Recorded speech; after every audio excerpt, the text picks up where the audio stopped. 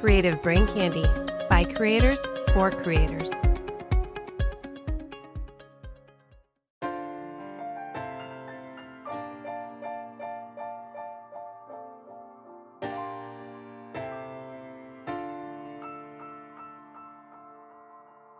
You're listening to Simply Stogies, a monthly podcast dedicated to the cigar enthusiast.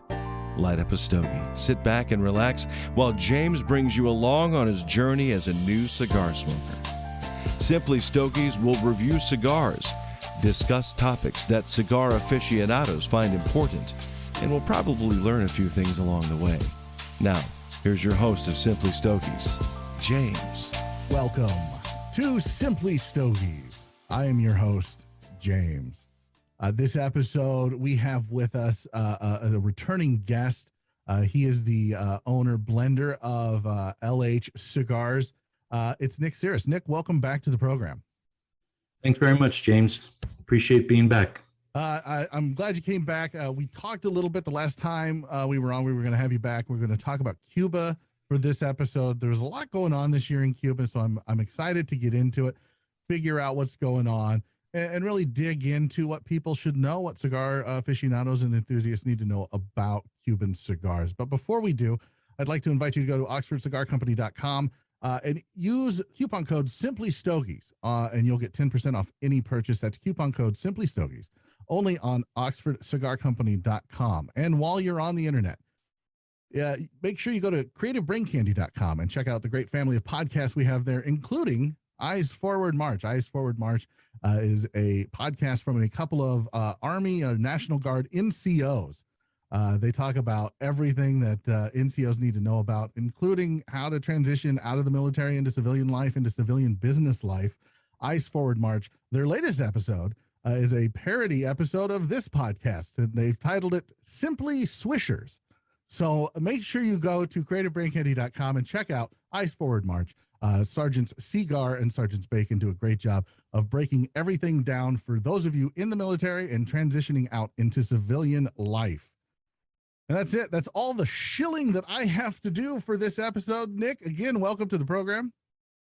Very much. Great to be here. Now you are, and I don't use this word lightly, but you are an expert on all things Cuban and Cuban cigars. You know, James, I don't use that word very frequently, but, you know, people have been saying that to me, and I took a step back and I go, you know what? I guess I do own that, because I've absolutely have gotten a lot of knowledge and experience for someone that goes to Cuba as often as I have over the last 12 years and really have fallen in love with the country. And it's my personality, no matter what I do, hobby or business, that I need to know everything about everything. And I really did that. I've really studied everything there is to know about Cuba in relation to cigars. I mean, do I know the history of Cuba? Absolutely. Do I know the history of Cuban cigars? Yes. But when I talk about being an expert of Cuba, I'm talking present day, what the whole Cuban market is about, cigars in general, and just from my own discoveries being there. So I want to start in the simplest of terms. Cuban cigars are still illegal here in the United States, correct? It is correct. Now, I can talk about why there's some confusion and why the confusion started. When President Obama changed some of the rulings where he allowed for Americans to he opened up. There's still an embargo. There still is a travel ban, so to speak, but he allowed certain more categories under the general license category to be able to travel. One was considered people to people.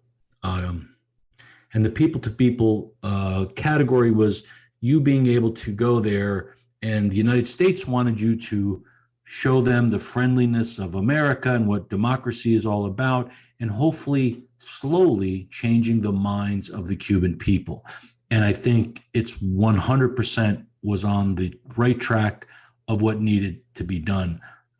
Because anytime my feeling, I understand why the Cuban Americans here were against this initially and why they don't want to put money into the Cuban government pocket.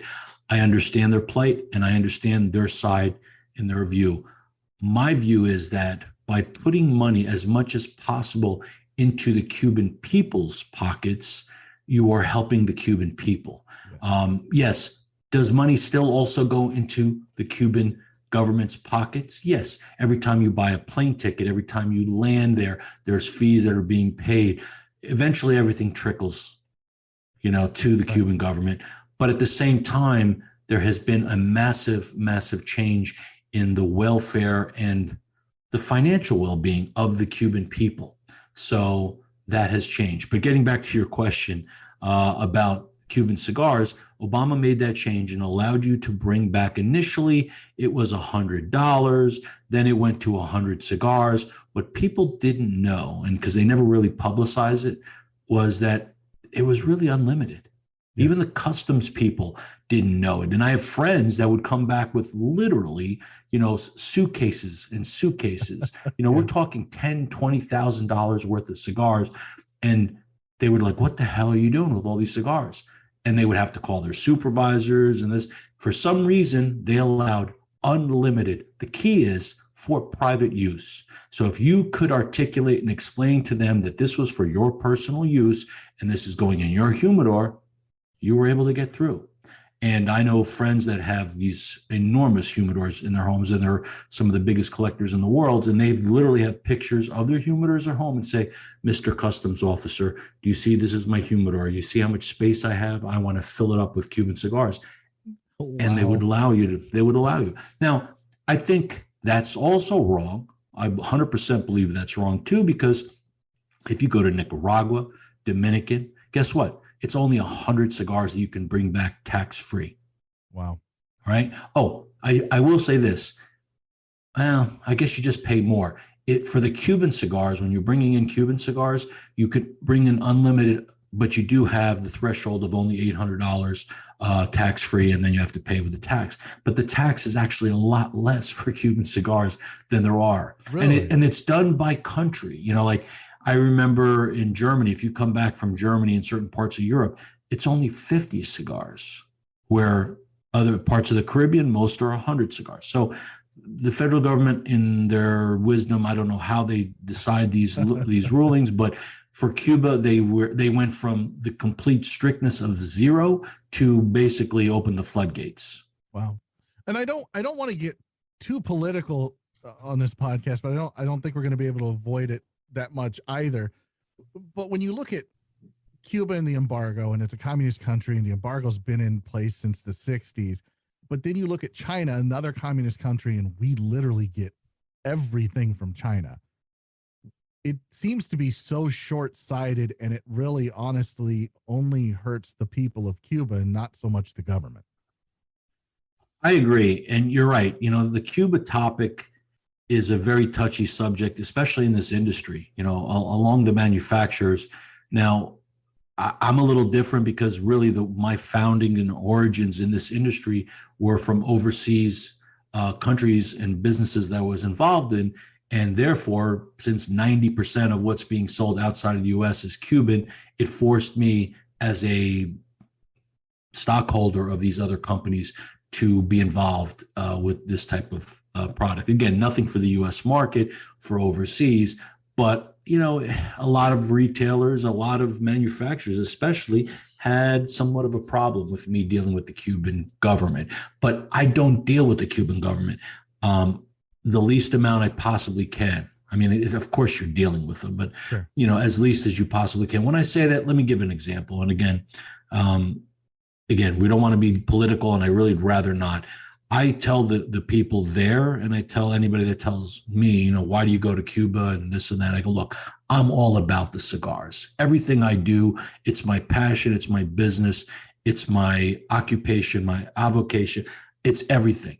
And when I first set foot in Cuba back in 2008, and I looked around, not only did I feel like I went back in time, but I was on a different planet, because everything on that island is just different. Some things amazing, but most things sad. And, it's just so different. I can't explain how different. I've been to many, many countries all over the world. And for me, it's I fell in love with the country. I love hot weather. I mean, I lived in Florida for 23 years and I can't wait to get back to the warmer weather. But Cuba is very similar to Florida weather. The architecture, the historic nature, the old cars, and just the way things are done. As much as an island can be separated thanks to the embargo and to it being an island and not having a lot of money, had very, very limited resources. And unfortunately, that affects the people every day. And we could talk about the present day of how badly that's been affecting them. But, I don't want to get ahead of myself. I'm going to let you ask the questions. Yeah, no, we'll get to that because I definitely want to talk about that because earlier this year, there were a lot of protests in Cuba, and we'll talk about that. But I want to kind of go back to, Obama opened things up more so than had been in the last, 50, 60 years and then Trump comes in and he it sounded like he shut things down. Like what changed between the Obama administration and the Trump administration? The first time he shut things down was he was trying to appease the Republican Party because generally the Republicans, all the Cuban Americans are pretty much Republican. And he wanted the Florida vote as much as possible. And they have a lot of political weight. So Florida is an important state. So he came up with these changes right before his election, his proposed changes. And then he actually went through with some changes. And all he did was a couple things. When you went there initially, you were only allowed to go to certain hotels. He basically created a list of do not do business with these companies. And these particular companies, which included hotels and places, certain retail shops, the way Cuba works, to try to give you an example is, I give the example, it's like the mafia. So you have these crime families, right? So you got, and there was three armed. You had like the Castro arm, you had the his brother's arm, and then you had the head of the military guy. So those three guys kind of had three crews, and one guy is head of the military. So the head of the military guy, they put under his umbrella, like they probably sat around a table and they said, okay, you have this hotel, you can have this business, and any money that's generated, taxing that they do, flows up to you. So the military division got certain companies. One was called Cimex. Cimex owned or operated or was in control of some of the very posh and also medium level hotels, retail shops. To give you an example, there's 11 Casa de Habanos in Havana, and 2 of them fall under Cimex. And 2 of the most popular ones too, by the way. The one in old downtown Havana in the old city, and then the one on Quinta, which is 5th Avenue. And that's a very popular shop. And those 2, a lot of people didn't realize, now fall under Cimex. So technically, if you were there as an American, you were not allowed to visit those 2 shops and not allowed to purchase things at those 2 shops. But did people do their homework? Probably not. There were certain hotels. Now, here's my feeling about that. To me, it's all semantics, right? So, okay, so this one is going directly to the military arm, but at the end of the day, it's all going to the government. Right. So whether you stay at this hotel or that hotel, it's all going one place, flowing uphill. So it's not, to me, that was a semantic thing that he did and to appease, but at the end of the day, it really did nothing. And I think a lot of people saw through that. And after he did change some more things, the last changes that he made were much more severe, and that's affected the Cuban people a lot and the government. It started off with the whole connection with Venezuela and what was going on there. The one thing Cuba has is as far as resource is people. So their general way to make money outside of just remittances from the relatives, and that's the number one way that they get money in that country. What they do is they have people. So they make deals with countries. They have one that's been standing for a long time with, say, Brazil, a lot of the African countries.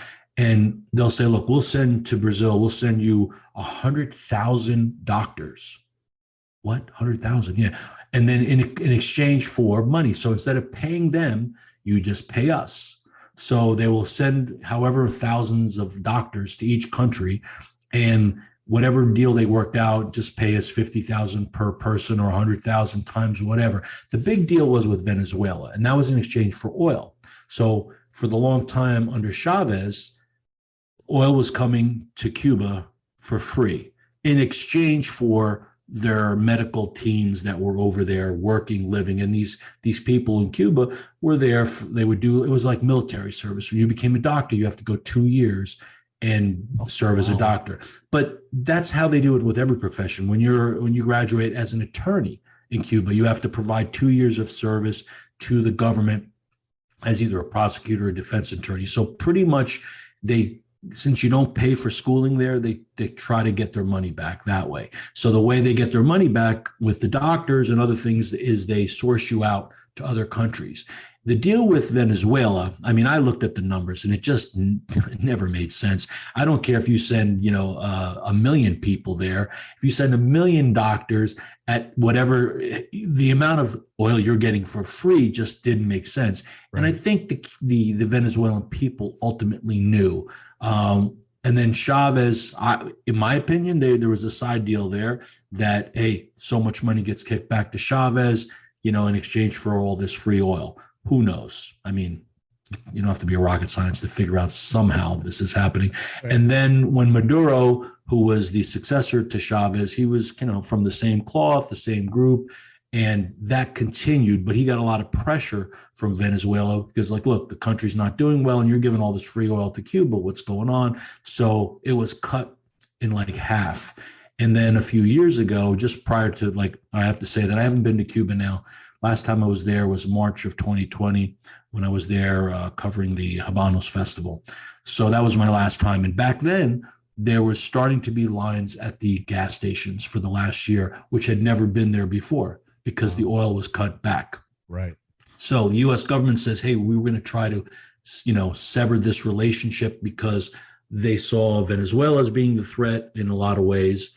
And so they saw Cuba as propping them up in ways that it wasn't financially. They sent their security people there because, it was their self-interest to protect Maduro and that party because they wanted to make sure they won the election because the other party, I'm sure it's fixed there. Everything's fixed in Venezuela. But again, not to be political, but they were trying to protect their interests. So they have this connection that's the way Cuba does things. I mean, they gave a lot of money, they got a lot of money from countries like South Africa. Mandela gave them a few $1 million. And then Cuba says, can you kind of forgive that debt for us? Because we just don't have a lot of money. We're a third world country. And you know what? Countries like South Africa and many other African countries have given a lot of free money. Angola, have given a lot of free money. And you say, why did they do that? Well, they felt that they had some solidarity because Cuba is all about, freedom, ironically enough. Yeah. So they, and rebellion and against the people. And so they helped and organized a lot of these uprisings of these current regimes in a lot of these countries. And so they saw them as, look, Chavez, his hero was Fidel Castro. He wanted to be Fidel Castro, and he did things just like Fidel Castro. The first thing Fidel Castro did when he came into power into Havana, he walked into the Hilton, the Havana Hilton, and he said, you know what? This is going to be my new home. And it became, the Havana Libre. The same thing Chavez did. He came in and there was a Hilton there. And then all of a sudden, there wasn't a Hilton there. He just said, you know what? I think I'm going to take this hotel. Now, he paid for it. He said, how much? Because funny thing is, I was traveling one time to Venezuela, and I happened to be on the plane with an executive from Hilton. And I'm a big Hilton traveler. I like to stay at Hilton hotels. And I said, you guys got a Hilton over there? And they're like, nah, that's a funny story.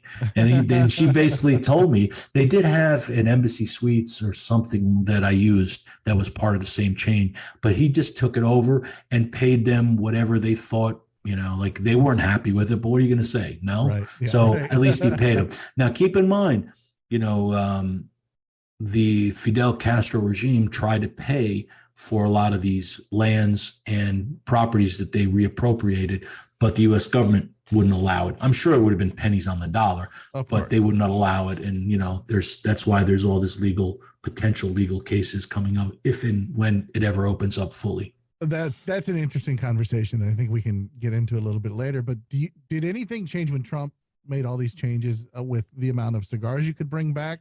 Oh, yes. Oh, yeah. So there was the part I started talking about how he changed the certain areas in the list of places you can visit.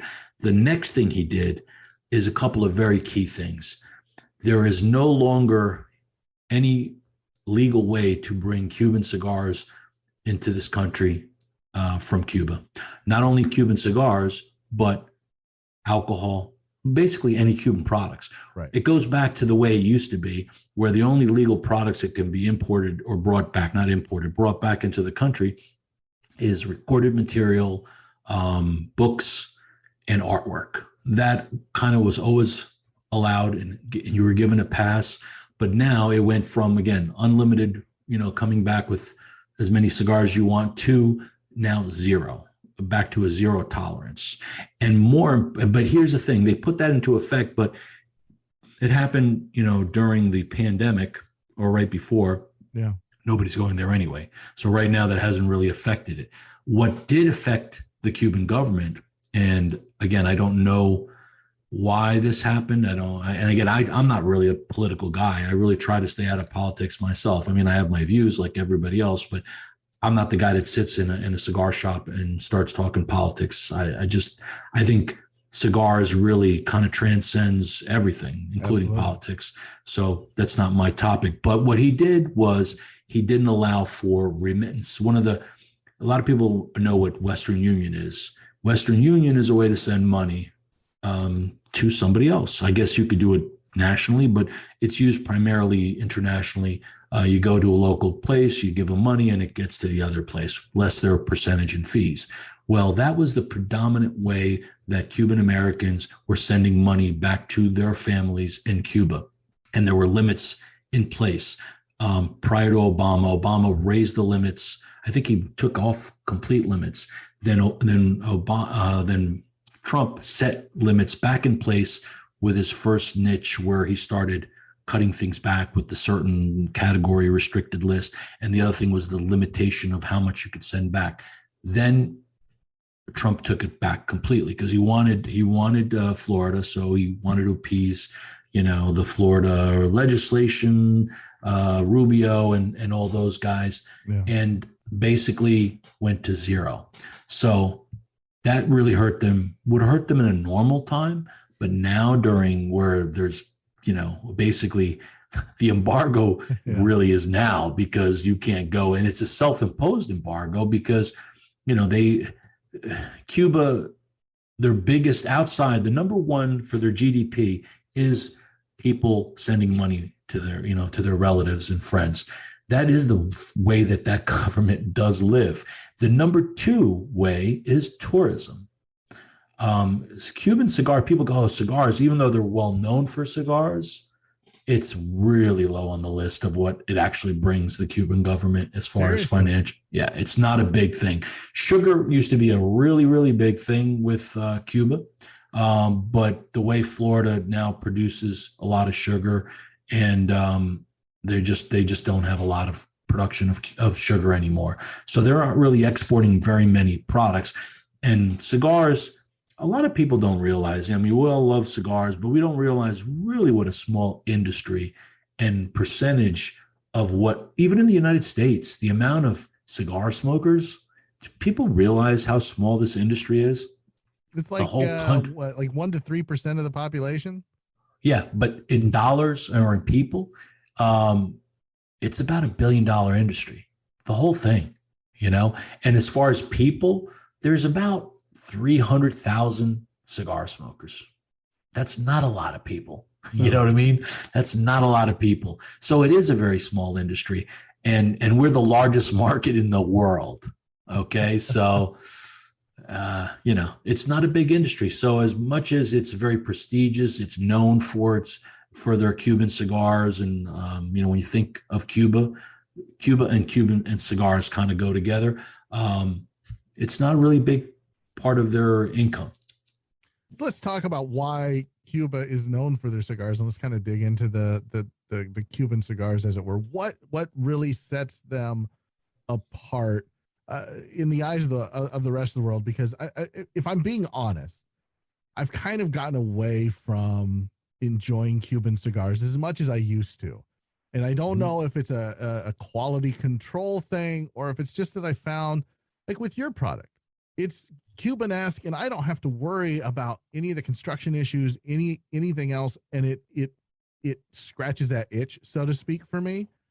So what sets them apart? Why are they so known for that? Like, what was it? Because speaking to somebody else 20 years ago, Cuban cigars used to be much stronger. They used to be more like a Nicaraguan, and now I would say they're more like a Dominican. Well, I've been smoking Cuban cigars from pretty much when I started smoking cigars in general, which was 1992. Is when I started and had my first premium cigar. I was pretty much fresh out of college, and somebody handed me a cigar that, in college I would have picked it up, but I was smoking real crap, and that I just didn't like it. So, but once I had my first cigar, again, I tried to gravitate. And why did I go to Cuban cigars? Is because here's the reasons. You ask, what's the allure of Cuban cigars? The first is history.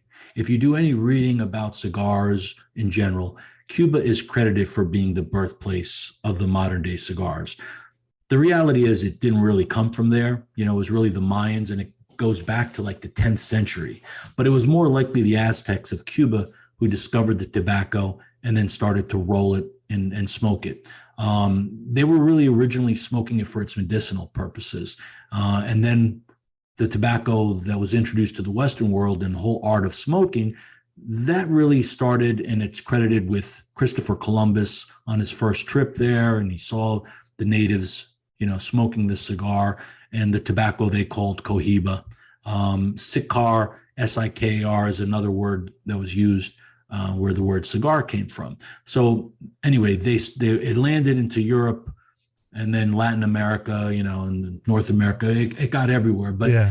So that was the history of the first and only cigars. And ironically enough, when the factories started coming back into hundreds of years later, all the factories were in Europe. Even in the beginning, when Columbus was bringing all the, when all the travelers were going to Cuba to buy the tobacco, the factories were all in Spain.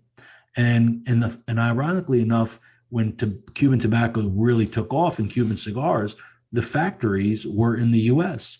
Tampa was the hub, the center point. You've heard Havana Tampa, and really Tampa was the epicenter of the cigars. I mean, Havana, they were called Havanas, and that's where the word Habanos came from. But a Havana was a Cuban cigar because it came from Cuba. But really, they were rolled and manufactured in the U.S. And again, we were the largest market in the modern day, in the 1900s up.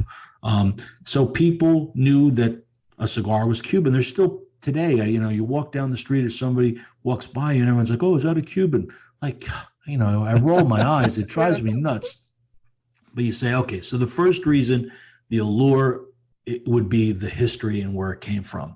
But today, the real allure of Cuban cigars is the fact that it's still the forbidden fruit. If it wasn't so forbidden in this country, I think a lot of people wouldn't be so interested. But I don't know if it's coincidental, but when Obama did make those changes, a lot of people understood or thought that Cuban cigars were now legal in the US. And if you talk to any retailer or any shop that you go to, and they'll tell you that the influx of calls that went from like maybe zero to none, to all of a sudden they're getting how many calls a day because they thought you could really buy Cuban cigars and bring them into the country. And it wasn't until for a while when Obama first made the change, it was only from Cuba you could buy Cuban cigars and bring them back from your travel. Then later on, he allowed it and broadened it. So if you were in Spain or if you were in Europe or any other country, you could legally buy Cuban cigars and bring them back to the country. So that was added later, but still for personal use. They were not legal. in shops. And again, that made it and also you could never and still can't legally buy Cuban cigars through the mail, which is probably 90% of how most people buy them today. You just order them and somehow they get through the system and you have your Cuban cigars.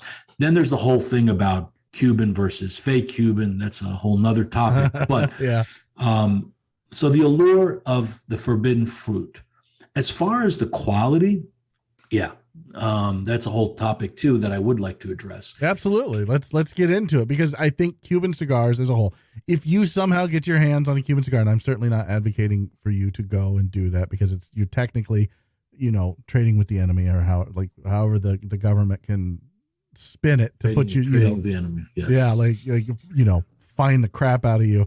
But if you do get your hands on them and you get a box, conservatively, I think out of the box, 50% are probably unsmokable, whether it's a draw issue, whether it's a construction issue. What percentage did you say? I would say 50. 50 is a bit high. From experience, I can tell you, having shops overseas, you would buy, say, a box of Sigilo 6s that, retail for $550, and there would be 15 to 20% of every single box would be very difficult to smoke, or not really, in my opinion, sellable. If people have to struggle to get a draw, if people have to, there's some that just literally can't draw. Right. It's generally 15 to 20%. 50%, I've yet to come across 50%, but it's may have possible. been exaggerating a little bit. and the sadness for me of that is that again is because of the way the government treats their employees, the people, and that's why you have these customer service issues or quality control issues. Talking about the actual tobacco, that has gone through some crazy, times too. It had lots of problems when they didn't have money. And when Russia came in and started funneling money to them after the Cuban crisis, and they put a lot of money in originally, and that was known as the special period. Or I don't know if it was the special period is when they stopped giving them the money. I forget, but there was a special period. It's all special to me. They went in and they gave money, and there was some really good cigars coming out of there. Then it dried up, and then there was no money. So they had no money for fertilizer, for anything. Wow. So the cigars really went downhill, really, really bad. So what was happening, because there was always a demand, Altitis, which is a French company at the time, they said, look, Spanish, wanted Cuban cigars, and they were really bad. So they said, tell you what, we're going to pay for the fertilizer. We're going to pay for this and that. So they started giving them money so they can get their cigars. That in turn turned into an official partnership with Cuba Tobacco and Altitis, which in 1994 became the formation of the co-op company called Habanos. So that was started in 1994, and that started making things easier in the modern age of Cuban cigars. So that was supposed to alleviate a lot of these problems. The problem is you have a Cuban company and you have a Spanish company, and they're supposed to kind of work side by side, owned 50-50.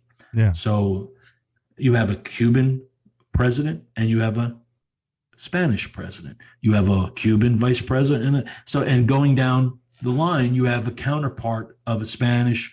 But here's the difference. The Spanish president is probably bringing in, who knows, well in six figures of some sort. Absolutely. Right. The Cuban counterpart is getting maybe $50 a month.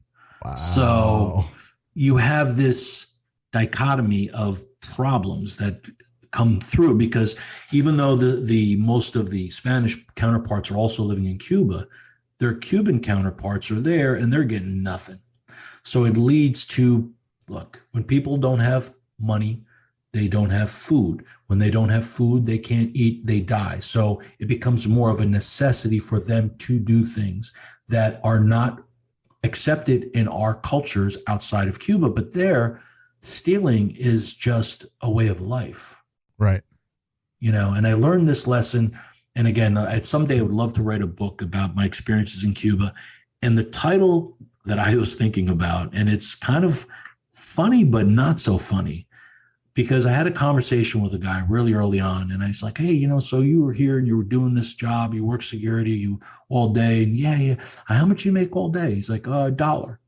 I go, you make $1 for all day? Wow. And he's like, yeah. I said, wow. I said, things must be really cheap here. I said, so you can live on $1 a day? And he's like, oh, absolutely not. And I go, well, I don't get it. If you're only making $1, no, we can't live on $1. I said, so why do you work? And he said, my friend, if I don't work, I can't steal. If I can't steal, I don't eat.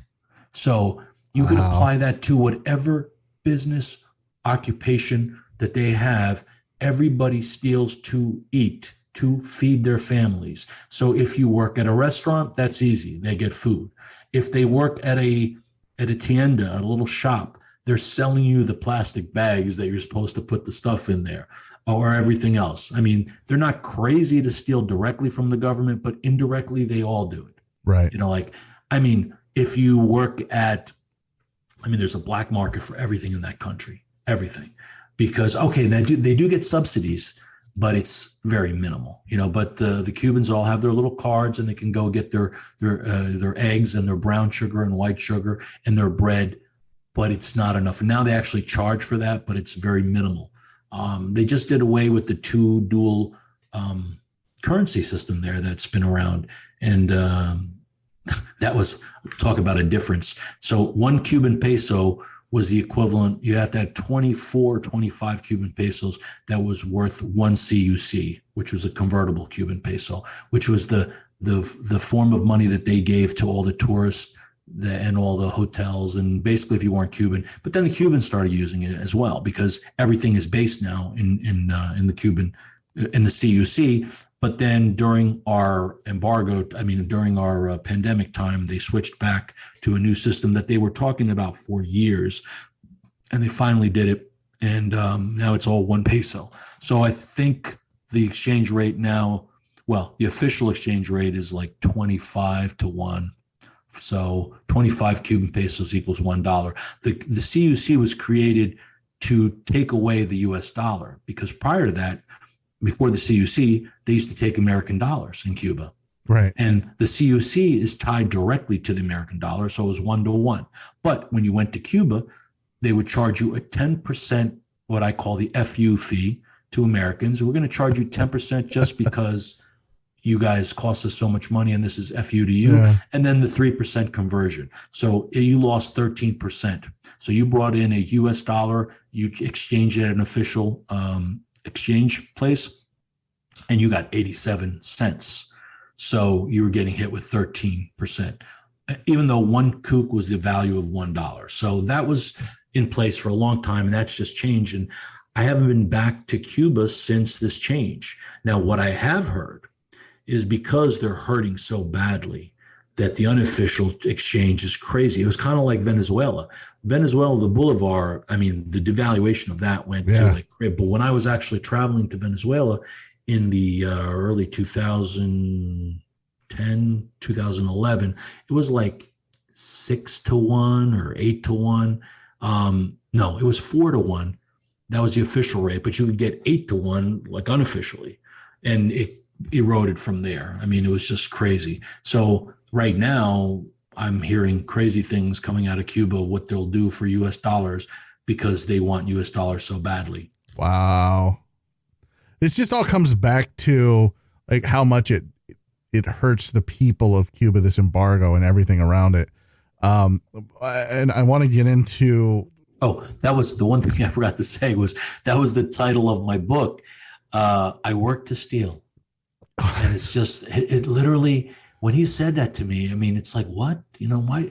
You can't do that. But of course they all do it. And you tell me the occupation, and I'll tell you how they're stealing or how they're making money on the side. It's crazy. Yeah, no, for sure. And in the cigar industry, the what you'll see is, because you see it in groups online and otherwise, where they have a contact in Cuba that either works at a factory, a cigar factory, or knows someone in their factory, in their family does, and they'll send, farm rolled, quote unquote. Well, not really farm rolled per se, but all right, we're talking about occupation. How is it applied to the cigar business?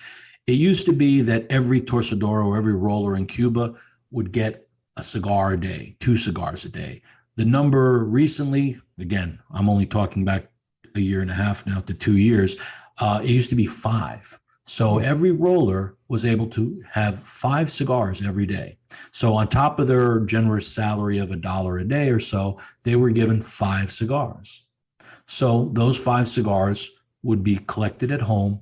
And generally what they would do is they would get 20 together. And then there is a whole, again, black market there of people that are producing or stealing boxes, labels, and bands and everything, and generally fake. And those are very easy to tell. And they're being imported in or made there. I'm not sure, and they're given to these 20 cigars are given to these people, and they put the stuff on it, and they hire, let's call them agents. Sure. That are basically street peddlers that basically are trying to go to everybody that can afford, generally a tourist, and try to sell you a Cuban box. And they say a fake Cuban box of cigars and collect whatever they can. And then they'll split the money with the people, the rollers, and they'll get more money way more money from one sale of a box than they would make in 4 months of work. Oh, absolutely. And the difference there with the Cuban stuff, with the fake Cuban stuff, there's all levels of fake stuff. There's stuff that I've seen that is amazing. The quality of the bands are just so good. They're hard to distinguish from a not real one, or sometimes they're absolutely real because they're paid. But again, every job, there's some corruption. Some people inside are selling them, and whatever the market will bear, they'll ask for. So they'll get anything they want. Then there's different levels of the actual cigars. The people that get those 5 cigars, those are real good cigars. Now, they didn't go through any quality control. They're not color graded. They're not put in the box right. But they're still the same stuff you would get from, and those are the ones that people generally love.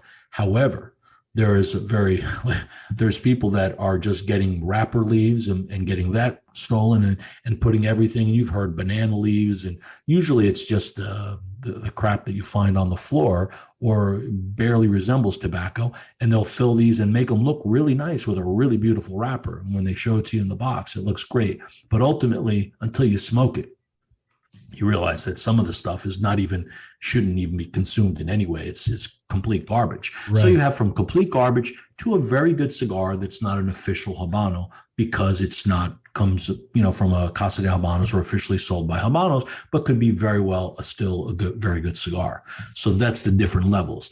And a lot of that is also why the quality control issue is there, because a lot of this stuff is coming back door, side door, whatever you want to call it. But even the official stuff, it's amazing. I went through a course in Habanos there, and they showed us some of these quality control images that I was amazed at some of the things that have gotten through, where the bands are put on upside down, the wrong cigars are put in the wrong boxes. I mean, that's just the icing on the cake. The sad thing is that, yes, who did I speak to the other day? I spoke to somebody at Altitis, and they asked me, they said, when you're there, did you go to the Romeo and Juliet factory? And I said, yeah. And they said, did you notice if the draw machines were active? And I said, no, they weren't. I saw one in the back, but I didn't see them using it. He goes, well, we bought them X amount of machines recently, and we heard that they weren't even using them. I said, well, if they are, I didn't see it. There are some factories that they are using them, but I don't think like the difference between my factory and some of the other, let's call them American-based or American-owned factories that are in Nicaragua, Honduras, or wherever. They're using the draw machine on pretty much every cigar. Yeah. In Cuba, even in their best bet, they'll tell you we do it on like every 5th or every 20, or they're not hitting every cigar with it. Why is that? Time is money. So, they're, I don't know. That's my biggest thing. I still love Cuban cigars. And for me, there's a lot of reasons. People ask me, why do you love Cuban cigars so much? And here's my answer. because it's, think of it like this: what you grow up with. When you grew up as a kid and you had what your favorite cereal was, let's say it was Frosted Flakes, right? Or somebody liked, Captain Crunch. You always have a fondness for that Captain Crunch. Now, you're not eating Captain Crunch right now, but when you see it and your kid's having it, you want to do it because it reminds you of your early days. And there's just something about, for me, the fondness of when I first started smoking cigars, how much I enjoyed that particular flavor. Now, Cuban cigars definitely are different tasting. They're not what I definitely can tell you as an American, the average cigar that comes to the United States is a totally different flavor profile than what a Cuban cigar is. The Cuban cigars have a uniqueness to it.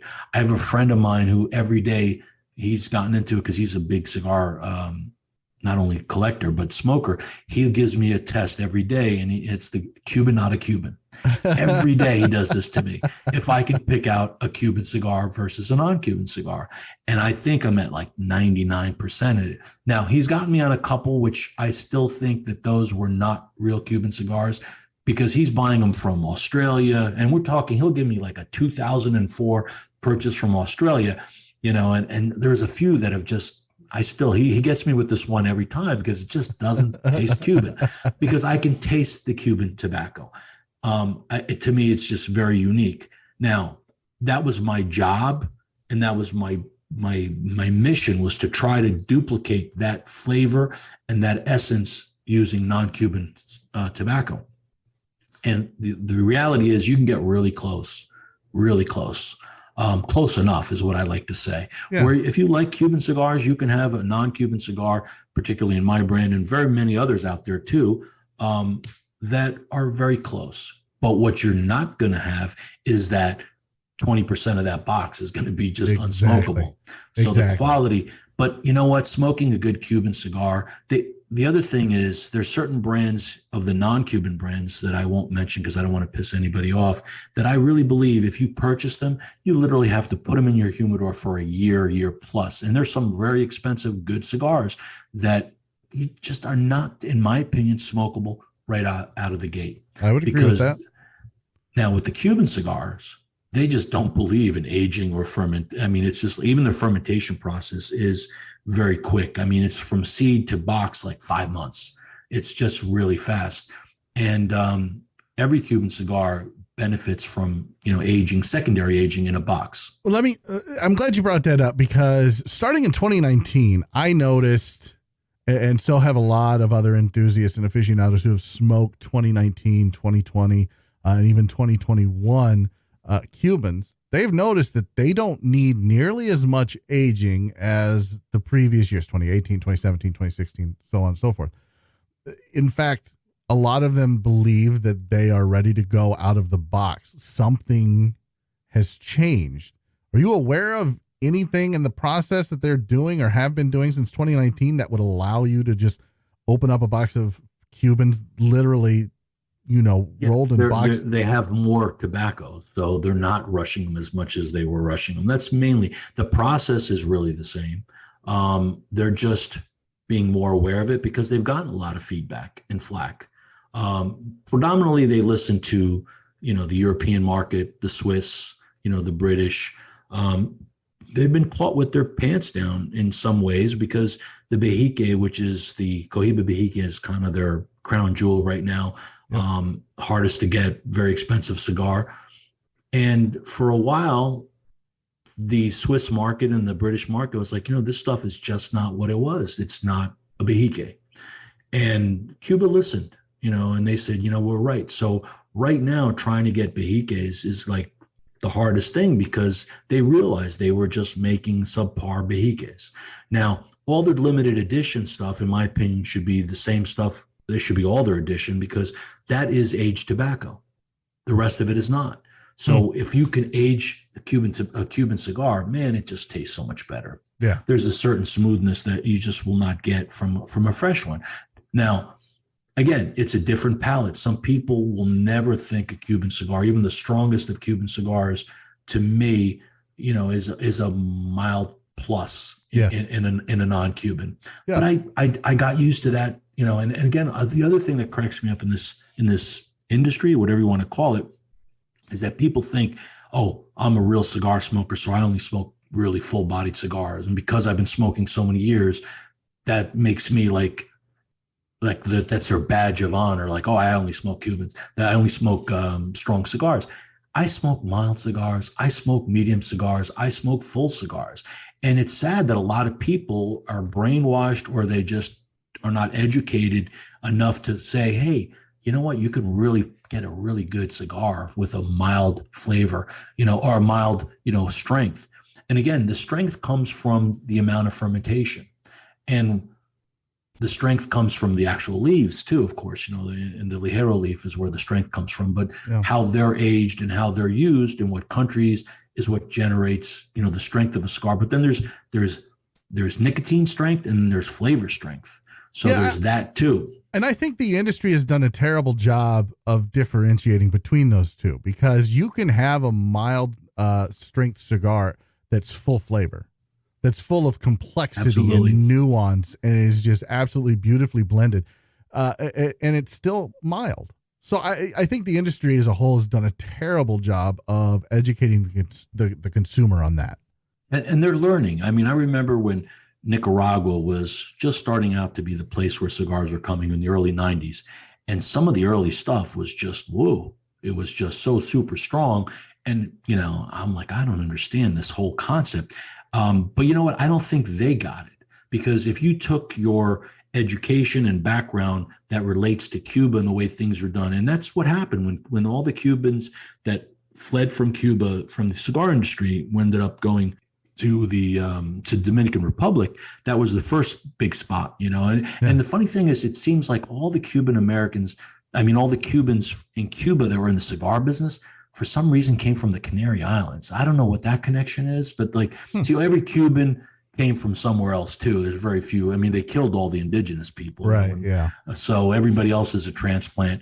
But the Canary Island background, there's a lot of Spaniards, of course, Spanish descent Cubans there. And I'd say that's probably the largest percentage. But for some reason, as a side note, I just thought about, I don't know why it is with the Canary Island heritage. But anyway, these people went to Dominican and other countries and try to use their same techniques that applied there. Now, it kind of worked, because in the Dominican Republic, you had roughly the same amount of, rainfall, temperature, climate. It was similar. So other than the tobacco, the soil being completely different, they were able to produce cigars that were similar.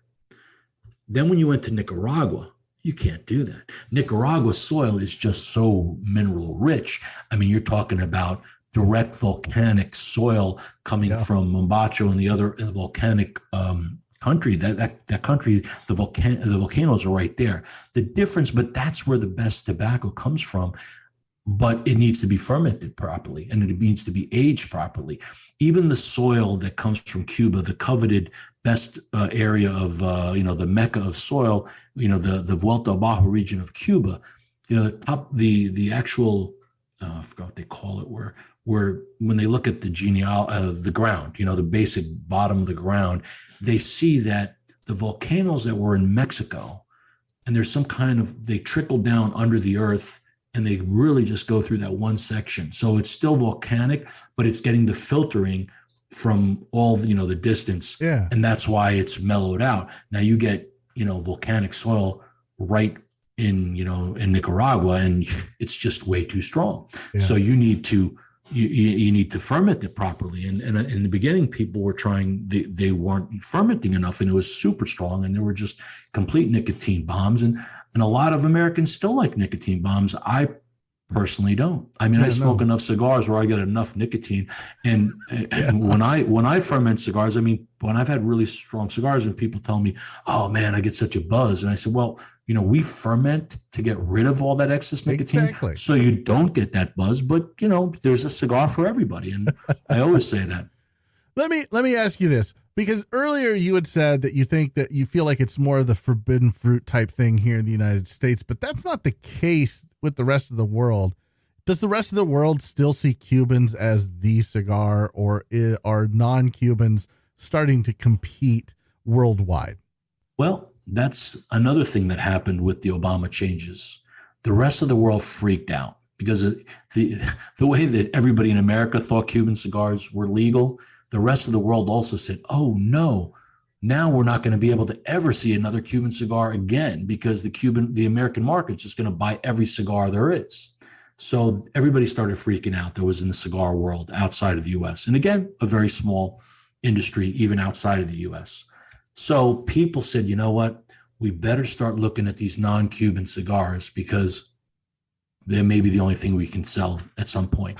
So what they did is they opened up their minds more than anything. Before that, and again, dealing with overseas for the majority of my cigar, history of being in this industry was, predominantly overseas. Initially, if you gave somebody a non-Cuban cigar, they would say to you, a Dominican. I'm like, well, no, this is actually Costa Rica. Oh, Dominican. And then then the next word that would come right after is fake. I'm like, what do you mean fake? It's not a fake cigar. It's a cigar from Costa Rica using different tobaccos from, no, it's fake. It's fake. I'm like, so if it wasn't Cuban, it was considered fake. So it went from fake, Dominican, and then now the new buzzword is New World. And that one I like, okay, because they started to not be negative because before they thought they were fine. We have the Cuban, you guys do it because you can't have Cubans. You have to smoke this stuff because you can't get Cubans. That was the mentality. So now they said, oh man, we might not be able to get Cubans. So let's try some of this. So again, it's a different animal. But however, the same way I use the analogy of wines, how there's wines from different regions, doesn't mean that this wine is any better or worse than the wine that comes from France versus Australia or California. They're just different. And you can't compare one to the other. They're all wines, but there's a lot of different factors. And the same thing with cigars. The countries, the way that they're aged, the way that they're blended makes for a gazillion different variations. And that's what's the beauty of being able to try and smoke different things. So yes, the rest of the world since about 2016, 17, 18, the years they started saying, well, let's try different things. And the world has opened up and then they start actually enjoying them. At first they'd say, oh man, this is so much different. And again, if you're used to only eating one thing every day, and then somebody gives you something different, it's still food, but it tastes different. So you're not going to like it at first. And then you realize, oh, maybe I do like this. And some actually prefer it. But it's a transition that's happening and it's going to take time. It's still, I say the non-Cuban cigar overseas in general is maybe 10% now. Certain countries maybe more, but some less. When that opens up, the best thing that happens, if it does open up to the US market, then the Americans can also say is, okay, this is different, but doesn't have to be better or worse. There's still, for me, an homage that I pay to Cuba for its history in the cigar world. And I like the blends of cigars, but my palate has also changed as everybody else does in their journey in this thing. And you start appreciating, if not, let's say it's not your preference, you can appreciate a Cuban cigar. You can appreciate a cigar that has Indonesian tobacco, which is another big region that people are using tobacco that most people don't know anything about. Right. And all the different wrappers that come from so many different countries and areas. So yes, it's opening up overseas, and the New World cigar is now respected in a different way. They'll tell you it's not a Cuban, it's different, but some people are just realizing that you can get so much different flavors that are coming out. And that's the other thing. If you have a true puro that comes from one country, now in Nicaragua, there's some really good puros because you have like 3 different regions just in Nicaragua that produce so different of a leaf that you can still get a very, very good mix. The same thing with Cuba in essence. You have the Vuelta Baja region, but there's 5 growing regions of tobacco in Cuba, some not so good, some very good. So but most they're only using about 3 regions. But it's what I like when people ask me what's the difference between a Cuban cigar versus a non-Cuban cigar, and I basically say, look, with a Cuban cigar, the different nuances and flavors that you can get are in a limited range because you're dealing with one country and one type of tobacco, one country's tobacco, where with non-Cuban tobaccos, if you have tobacco that comes from Nicaragua, if you have tobacco that comes from Dominican, it's so different. You're getting a wider range of potential flavor profiles that you can generate or create with those tobaccos. So it's a wider range, or a wider spectrum. And some people are enjoying the wider spectrum. But again, it's a growing or evolving process. I think the way we're going, that the non-Cuban cigar will end up getting market share for years to come at a larger range, and eventually it'll start really snowballing. So you'll see at some point it may overtake the Cuban market. Maybe at some point it'll be 50-50. Well, it's getting there. And that's interesting. You talk about what might happen. What happens if the embargo goes away? Like, I think we all hope that at some point the embargo goes away, especially like very soon, because it is hurting the people of Cuba. And I know that's not the intention of the embargo. I understand the political reasons for it. But if the embargo goes away and everything's opened up and everything's on the table, do you feel like Cuban cigars will change forever and maybe not for the better? No, I think it'll get better. The Cuban cigars will be forced at that point to be better. Right now, you have to understand that they will ship anything to you. And as a retailer distributor, you're stuck. You want the product so bad, they don't take anything back. As a retailer, what? 15 cigars were bad? Nah, too bad. Doesn't matter. They're not giving you credit. They're not giving. Now, if I shipped somebody a box of cigars and I had one cigar in that box that was something wrong with it, I'm hearing about it, Yeah. And then B, of course I'll give a credit, if there is something, but it doesn't necessarily happen to, it definitely would not with mine, but with other brands as well. The quality control is there, that, you don't have this issue. So right now, the reason it's able to get through is because they can. Because nobody's saying, they don't want to piss off them. Oh, you want your money back? No. How about we just cut you off? Because when you have more demand than there is product, you can be like the way they're being, unfortunately. If it opens up, and all of a sudden there's less demand, I don't think it's going to happen anytime soon, because there's always a demand for Cuban cigars, even as the prices continue to rise. If the demand is less, they're going to be forced to do something about it. But would you see, it would certainly change the new world, the non-Cuban cigars, don't you think? Because then that opens up all of these blenders and manufacturers to get their hands on Cuban leaf and incorporate that into their blends. Yeah, that's a whole nother market that will happen. And again, it'll be more marketing than anything else, in my opinion, especially at first. The sad part about this industry, I guess it's Americans in general, we're all marketing whores, where we go after advertising. And with cigars, to me, it's about the cigar, not about the marketing. But unfortunately, everybody cares about marketing, and they'll be marketing, even if they use a quarter of a leaf, they'll say, oh, it's a blend with Cuban tobacco. So yeah, that's all going to happen. But the embargo, when it does go away, again, I don't see it happening anytime soon, where I thought it was going in that direction. It was never intended to be a 50+ year process. No. I mean, people thought, the American factories and companies, they had stored 2 or 3 years of Cuban tobacco, in their resources, and they kept selling Cuban tobacco, purchased prior to the embargo for years, because they figured by the time they get close to running out, that embargo is going to be over. They thought it was going to be 6 months, a year, 2 years on the outside. And now, it's going to need an act of Congress to remove the embargo, right? With the Herms, the act that was placed under Clinton. And then it's been crazy, but I think it's going to change. The Helms-Burton Act is, I don't want to talk history, because you can easily find all that and the political part of it. But when the embargo is released, it's going to do a lot. One, for our business, it's going to make people are like, oh, that's wrong. Cubans are. I'm like, look, it's only going to bring more attention to cigars in general. It's going to bring these people that never have smoked a Cuban cigar, and all of a sudden now it's legal. They got to try it. Yep. So they'll go in and say, oh, give me your, and they'll, what? This Cuban cigar is $50? Are you kidding me? All right, give me one Cuban, and then let me try this one. This one looks good. Or maybe a tobacconist will recommend something. Hey, if you like that type of cigar, take this one. So it's going to just eventually people will say, hey, there'll be certain people that only like Cuban cigars.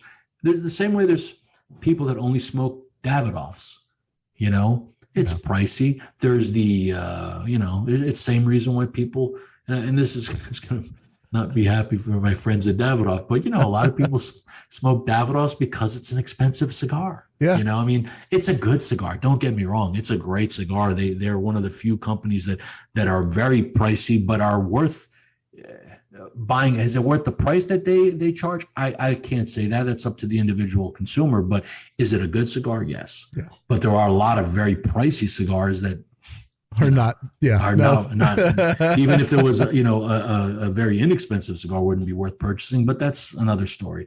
But people tend to buy things that are marketed, and if they cost more, there must be a reason for it.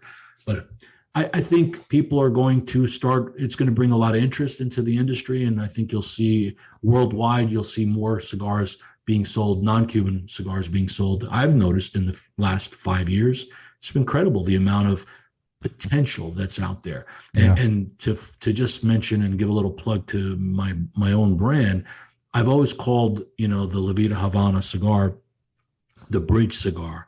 And the reason for that is because I also believe I have a Cuban palate. I love Cuban cigars, as others as well, but that's where I started. So using that as my basis, I wanted to make a cigar for people that like Cuban cigars, but I'm giving them an option to smoke a non-Cuban in that same vein or in that same flavor profile. So I consider it the bridge cigar from the old school of Cuban cigars to the new world of non-Cuban cigars. No, it really is. The Claro is just absolutely fantastic. And it's one of my favorite cigars. And it truly is, in my mind, it is the quintessential bridge cigar because it is, if not the most, one of the most Cuban-esque cigars I've ever smoked. And it's absolutely brilliant. If you haven't had an LH Claro, you've got to find it and you've got to smoke it. Yeah, I put that same essence in all of the cigars, the Colorado, which is the medium bodied, and the Maduro, which is the full bodied. It's still the essence of a Cuban cigar there with total other things going on at the same time. But you're right. The Claro is the closest. A lot of times I'll go to a shop and somebody will say, oh, let me try, your Maduro. I'm like, well, why don't you try the Claro first? They're like, I don't smoke Connecticut's. I'm like, well, look, if you don't like it, throw it out, but at least try it. Yeah. And they'll be amazed and go, oh my God, a lot of people, and not just my brand, there are other people that immediately discount, a Connecticut shade or a mild cigar. Try it. There's still lots of flavors and it doesn't have to knock your socks off. So, the Claro in my line was the Cuban similarity cigar. And if you go to most of the Casa de Habanos is in Habanos, they'll tell you if you ask them. And in fact, I've gotten a lot of retailers that have called me up from the US and go, hey man, I never heard of your brand before, but I was in Cuba and this guy at the Casa de Habanos said that yours is the closest to a Cuban. I'm like, awesome. Well, I don't know about that, but I'll let you be the judge of it.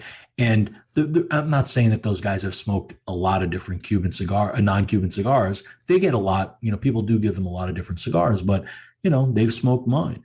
And it's, from my background, my history, my education is all Cuban based. I mean, I may not be Cuban. And that's another thing is there was a certain period of time and there's certain manufacturers out there that just feel that if you're not of Cuban descent or of some type of Hispanic or Latin based, that you shouldn't be selling or making Cuban cigars. And I think that's a bunch of crap. Obviously, people like Rocky Patel and Alan Rubin and a lot of very successful non-Cuban people have done very well in this industry. But just the essence of, again, to me, that's a prejudice but it's amazing how if you have a Cuban background, all of a sudden, oh, this guy just happens to be, Cuban from this, from his genes. And all of a sudden that makes him more capable of making a cigar. To me, I don't understand that. Yeah, I don't either. It is what it is. But, it's changing too. There's a lot of non-Cuban makers out there that are making some great cigars. But, again, it's the history. It's in their genes. It's in their DNA. I like to tell people it's in my DNA as well because my parents and my grandparents were tobacco farmers. Happened to be in Greece, total other side of the world, but still, maybe that gives the this is my comeback to people that say, "Oh, you're not Cuban." I'm like, yeah, but it could still be in my DNA. That's right. It was in my grandparents were tobacco farmers. I literally still have tobacco land that I inherited from my parents in Greece. And then maybe someday I will use maybe a quarter leaf of that and use that as a marketing gimmick. But the point is, you don't have to be Cuban to smoke cigars, and you don't have to have Cuban cigars just to smoke a cigar. There's a lot of stuff both sides. No, absolutely. Absolutely. So I want to shift gears here because you brought up LH Premium Cigars.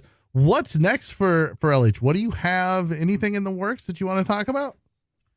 Yes, I'm very excited about the future of LH. And the reason is I've realized in the last couple of years, since I haven't traveled as much, and I'm really, and now domestically, the non-Cuban market in the U.S. is a different palette. It is totally different. And where my LH, Claro, Colorado, and Maduro are different. But again, those three cigar blends were blended for outside of the U.S. The first blend that I made for the U.S. market in mind directly was the Nick line, starting with the Nick and Jim that my good friend Jim Robinson sells and distributes, and then the Nick line, which is a continuation of the Nick and Jim type of blend in a bunch of different sizes, and that is for the U.S. market. And now from that point, I'm working on other blends that I say are particularly blended for the U.S. consumer in mind.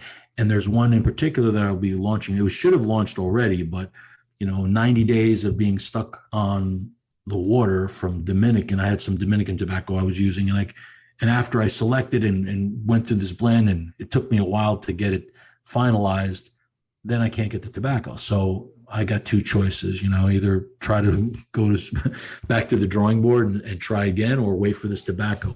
So I've kind of been doing both. So I am working on some new blends, and I'm really excited about it because I think people are going to be very well surprised, because it's going to be something, again, different than what my normal LH stuff is. So, and I really like your normal LH stuff. So I'm really looking forward to this. I like the Nick and Jim. I like the Claro, the Colorado, the Maduro. I think you put out a great product. It does bridge the gap, but I want to see what your take is on the American market, on the new world market, so to speak. Yeah, I think it's going to be, I've given to certain people whose opinion I very much trust, some previous, some preliminary samples, and they were just like, oh, wow. And that gives me a lot of encouragement. And that's why I'm looking forward to releasing this stuff. So that's awesome. I love making cigars. I love making cigars that people enjoy. So something about it that gives me a thrill. And that's why I'll probably do this till I'm, 80 years old. I don't see why I should ever stop, because I enjoy the industry. I enjoy the people more than anything. And the magic that happens from smoking a cigar, how it brings people together. To me, that's, you get the people on the street, well, you're in the cigar business, or you're selling, poison. Right. You get those people, but then the people understand it. When I try to explain it, you can't really explain it until you actually just are part of that, that culture. Because there is something magical about that tobacco, going back to the medicinal purposes initially, to the peace pipe and everything else. Tobacco, to me, was put on this earth for a reason. And it's pretty cool to be in that industry. Absolutely. I feel like that reason is to bring people together. I really do. 100%. 100%. It's the only thing that you can have, and I've said this a million times, but it's just so true, where you can have people from all walks of life, all socioeconomic backgrounds, and it doesn't matter. All that stuff is put aside. It's two people, two humans that are enjoying the camaraderie of that happens, the magic that happens when you're smoking a cigar with somebody. And it's a cool feeling. It is. It's a magical connection. Absolutely. I 100% agree with that. Nick Syris, LH Cigars. Thank you so much for sharing your expertise on Cuban cigars, on Cuba, on the politics of it. And I'd love to have you back, because there's a lot of things that we didn't cover today. And so I'd love to have you back sometime and we'll dive even deeper into Cuban cigars and the history and the people. and what they're going through. And I think you're the guy to talk to. So I really appreciate your time and coming on. James, I'm here anytime you want me to. I love talking cigars and I love talking Cuba. So anytime you want me, I'm here. Perfect. Thank you so much, Nick.